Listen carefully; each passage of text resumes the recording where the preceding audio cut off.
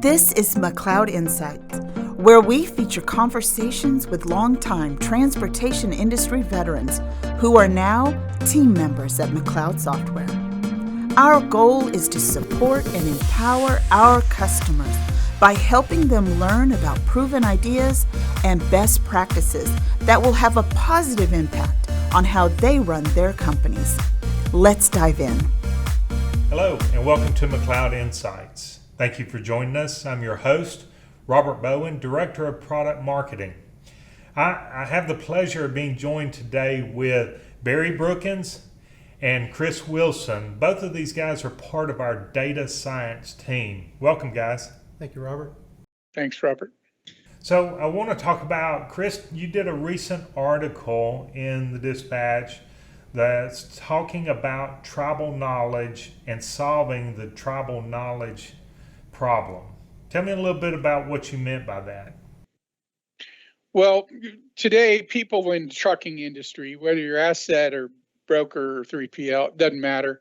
You're facing some particular conditions, right? You've got some seasoned employees and they're beginning to retire. And those seasoned employees have numerous years of experience. And what they know about the market, that isn't written down in a book that a new employee can go ahead and read. So as they walk out the door, all that knowledge, all that tribal information, all that institutional learning goes with them because it's not written down anywhere. It's not easily categorized and then recalled. And so that presents a heck of a problem, a challenge for our customers in particular. You've got new employees coming in. They may never have seen a truck up close, just along the highway when they're driving down the road, right? They don't understand it. They don't understand the game. And then finally, you're giving them tools that may in some ways lack essential precision, right? And so you take all of this combined and you have a conundrum that you have to solve, and that conundrum orbits around tribal knowledge. Okay. So tell me, there are certain challenges that brokers, especially new brokers, face every day. I guess I want to explore the fact, how can data science solve some of those problems that they experience? Using the right analytics, we can on aggregated information, crowdsourced data, right? We can describe a market to someone who doesn't have a lot of experience. We can, using some simple statistical methods, we can show them where the sweet spot in the market is. We can give them clues as to whether or not the rate that they're negotiating is what we would call a good rate or a bad rate. We can use market segmentation to help them understand just how good or just how bad that rate is. And so using analytics, we can take what the market knows, replace the knowledge that walked out the door with that last person who retired, and present that in a screen that can be consumed at the point that they're negotiating. So at least we can bridge that experience gap. Barry, do you have anything to add? Yeah, Robert, up until recently, people would ask me what rates are doing, and I sounded like a broken record because every week I'd say, well, rates are at an all-time high. Rates are at an all-time high. And that's one of the challenges. We overuse this term too much, but the new normal. What is normal now? And what data science and analytics can do is you can look back and see when you see these spikes and changes. I always like to say once is an accident, twice is a coincidence, and the third time's a pattern. So is this an apple or is this an orange when they're looking at these things? And that can help them decide, where things are going in the future, if this was just a one-off or is this the new normal? Right. So, Criss, you talked about the learning curve in the article dealing with tribal knowledge. Tell me about what you mean by the learning curve. Guys like Barry and I, we've been doing this stuff for 30 or more years. Personally, I've got more than 40 years in. I hate saying it like that because it dates me, but that's my reality. When I was 16, I was working on a truck delivering furniture, And so when you come up in the industry and you see all aspects of it, you begin to understand why things are the way they are. You begin to understand patterns. Why are there more trucks on Monday than there are on Friday? The problem we have is in this industry right now, decisions are being made so fast that we really don't have the time to teach somebody old school why the industry works the way it does. In an article or a book, actually numerous articles, but there's been a book written about it called Mastery. The author theorizes that it takes about 10,000 hours of practice to achieve what he would refer to as mastery of the subject matter, be it a guitar or freight, buying and selling of freight, whatever, driving a truck. So there's a mastery level.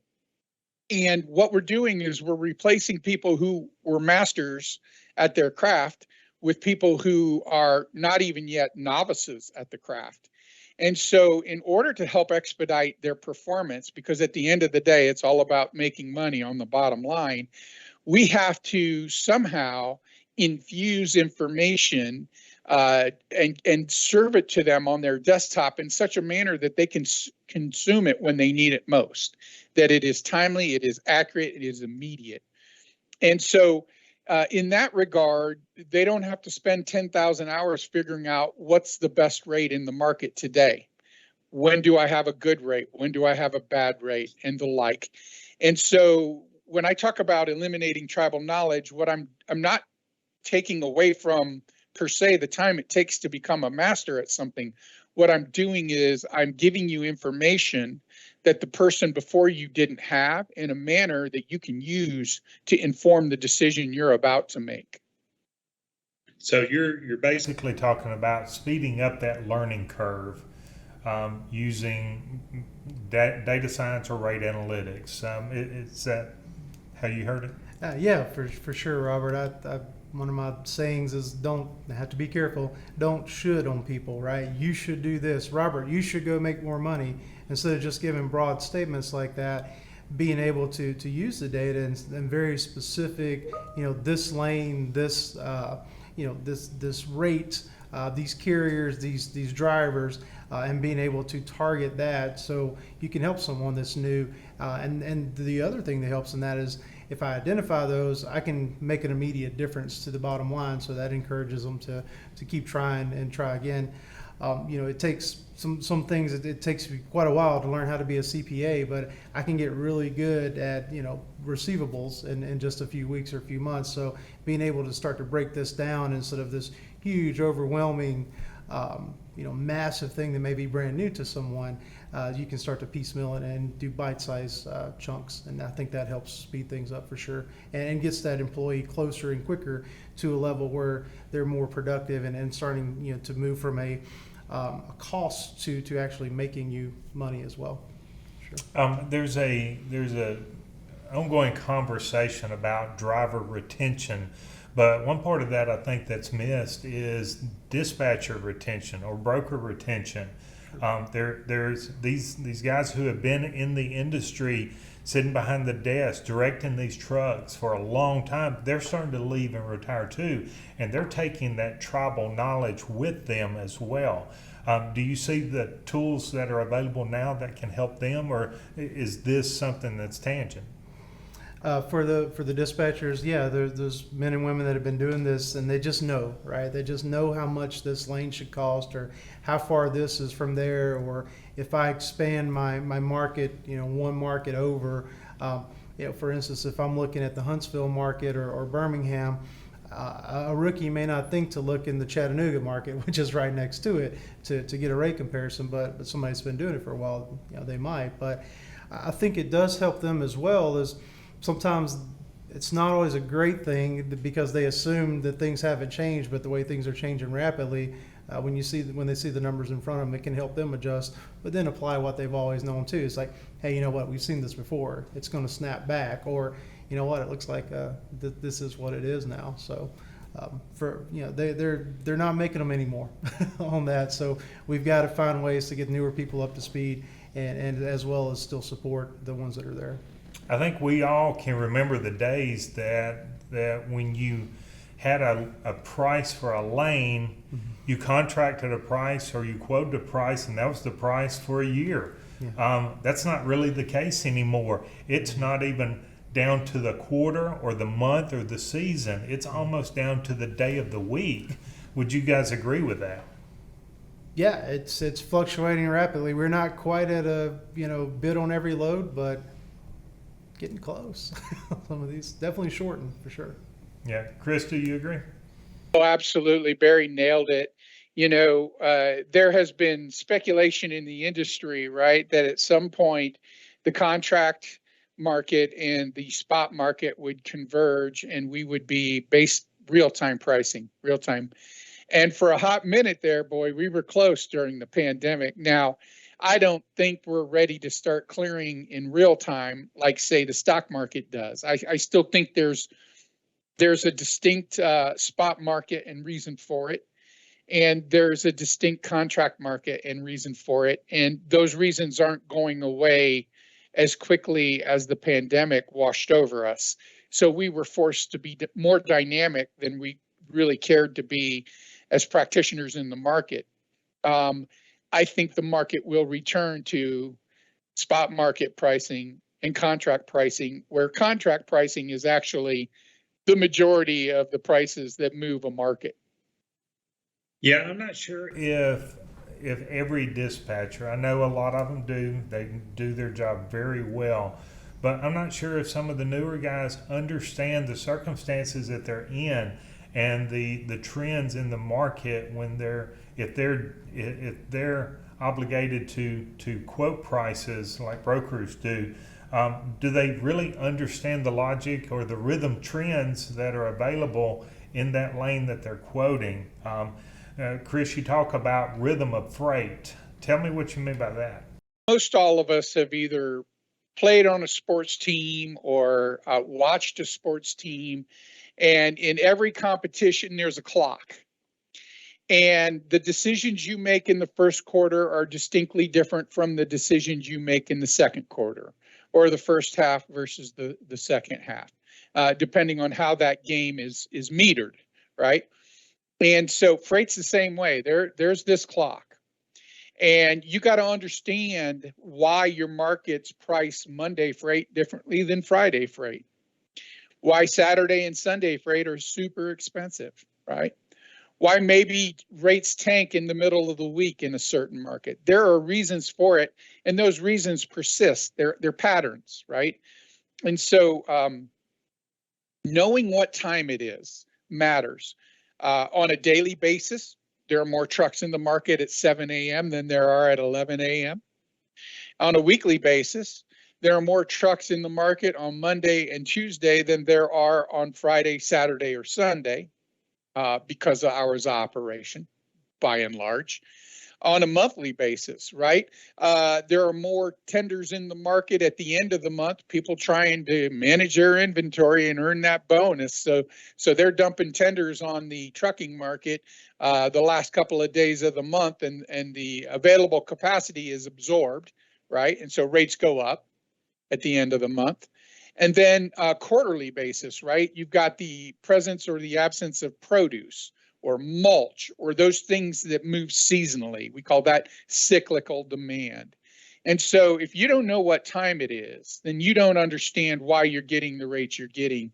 And if you don't understand why you're getting the rates you're getting, you really can't manage or optimize your margin. You're basically, the market's happening to you, you're not happening to the market. Yeah, Robert, some things when you talk about the rhythm of freight, they could be moving very fast, like a weather event, hurricane, right? An area becomes flooded with trucks, and the rates, go up for trucks going in there, and then 2 weeks later, once it's all stocked back up, that it goes back down. But there's also some of the slower shifts and patterns of freight. The ocean liners coming into a port, if that port gets clogged up. They can't change that immediately, reroute those, but over time, things and patterns shift on there. And really, what you're looking for on some of those is, how long do I hold on, right? And how quickly do I need to move out of this market? And am I late to the party? Coming to some of these markets, and especially if it's a new market that you're not used to. It's like, should I jump into this, or should I, is this going to last? So I think those are some of the parts. Are am I looking at my costs? What rate do I need? And I think that's very important for really any business, but in trucking in particular is, what are my costs? What kind of margins and profits do I need to make? And if I'm taking something that's less than it's going to pay me less than what my costs are, I don't need practice. So let's go find something that's going to make me some money. Yeah, I think you're seeing a lot of that lately. That am I late to the market type. Look at the Los Angeles port market. That there was a period of time there that freight would be moved to a DC center, and then that center would distribute it evenly. Well, because of time shortages, hey, we're going straight from the port straight to the business, and that's, hey, am I late to the party? Those are strategically and different rates for each one of those trucks that leave there now. And if you're not on top of the rates for that, then you're losing out. Yeah, today's head haul lanes might have been yesterday's backhaul lanes in some of these, and then some lanes that had a big imbalance, especially through the pandemic, now maybe started to even out a little bit on some of these. So those are definitely some things that are the long-term rhythm of the freight, and then of course the short-term interruptions on there. Yeah, Chris, I know that you pay attention to the West Coast market a lot. What are you seeing that's still changing out there? So rates have dropped by almost $1,000. By next week, it'll be $1,000. I don't see the rates going back up anytime soon out on the West Coast.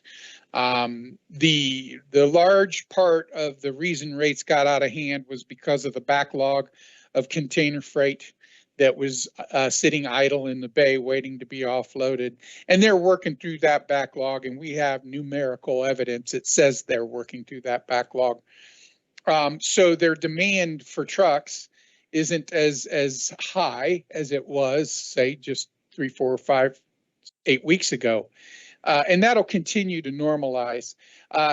You would think that in a market where rates have dropped by $1,000 from a high of 57.55 to last week's average reading of 48.12 all in, right? You would think that the brokers are getting punished, in their margins, because often in falling rates, brokers get squeezed. And in reality, it's quite different than that. Brokers are earning record net margins, upwards of $1,000 a shipment on average when we look at the whole of all shipments coming out of those two markets, the Inland Empire. And so that's not logical to a first-time player in the game. Well, what do you mean it's lost $1,000 and yet I can still earn more than I have ever earned? There's a paradox there, right?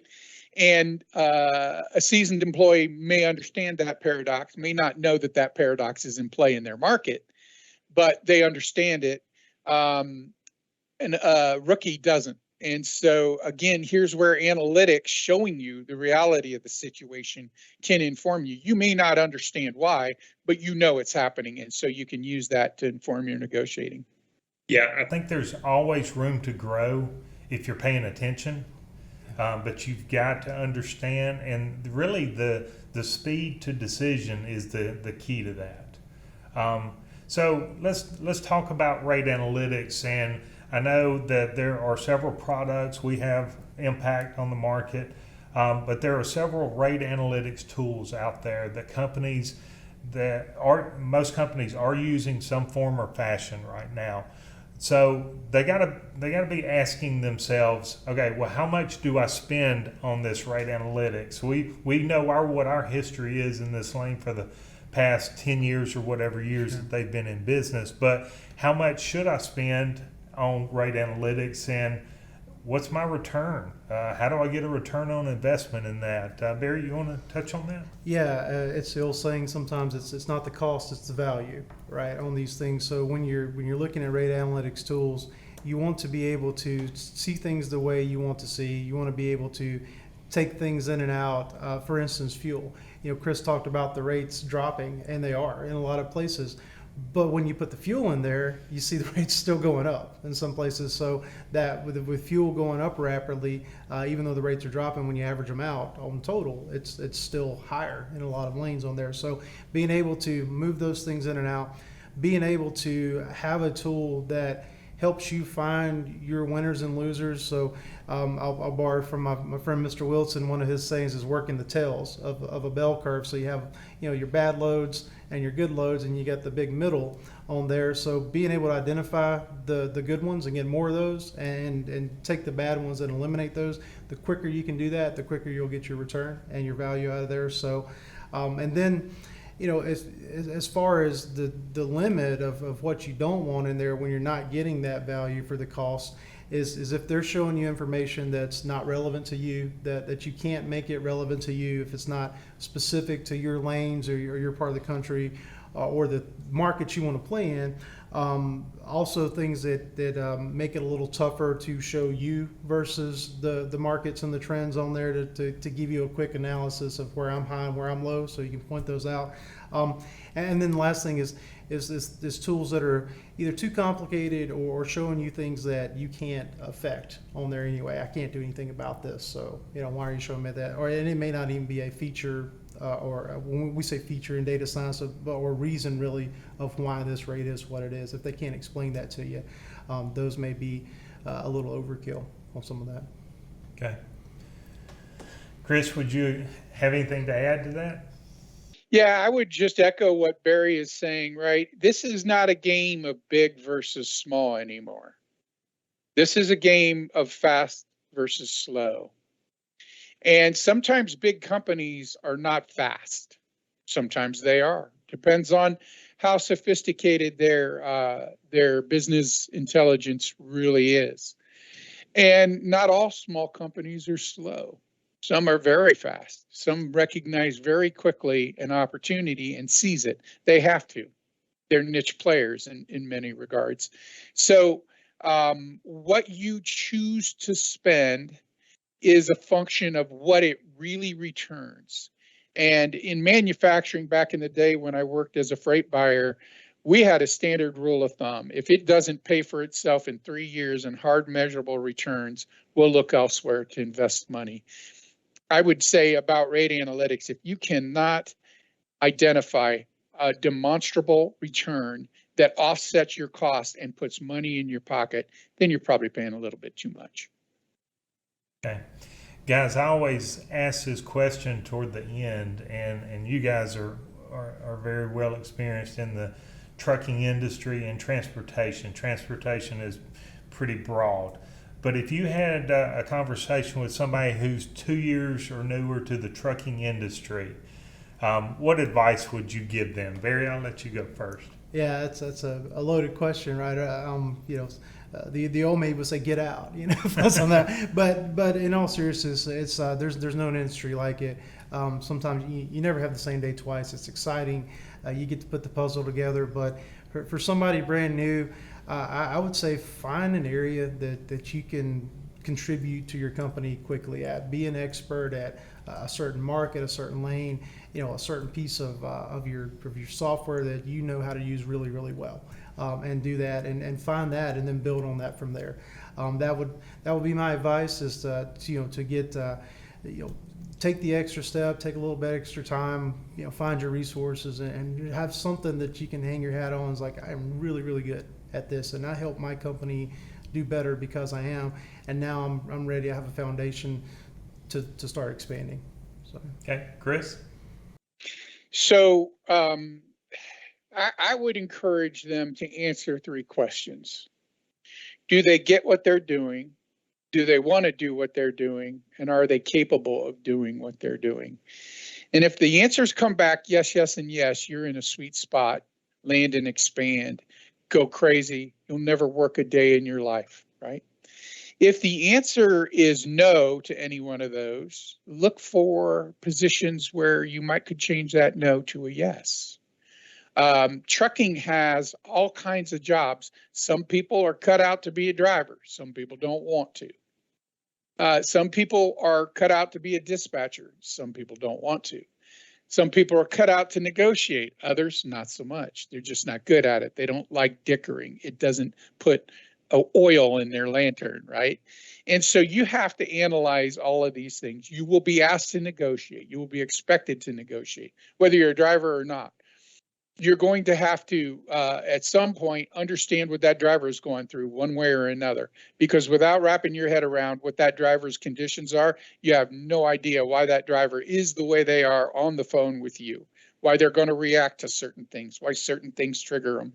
And so my advice would be, ask yourself, do you get it? Do you want it? And are you capable? And if the answers are yes, then go crazy. Learn all you can learn about everything within that circle of influence. Ask a driver, can I ride out with you one of these days?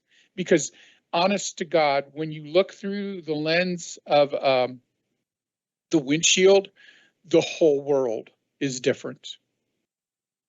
That's great advice, guys. Thanks. Thank you to our audience for joining us. I hope this was insightful.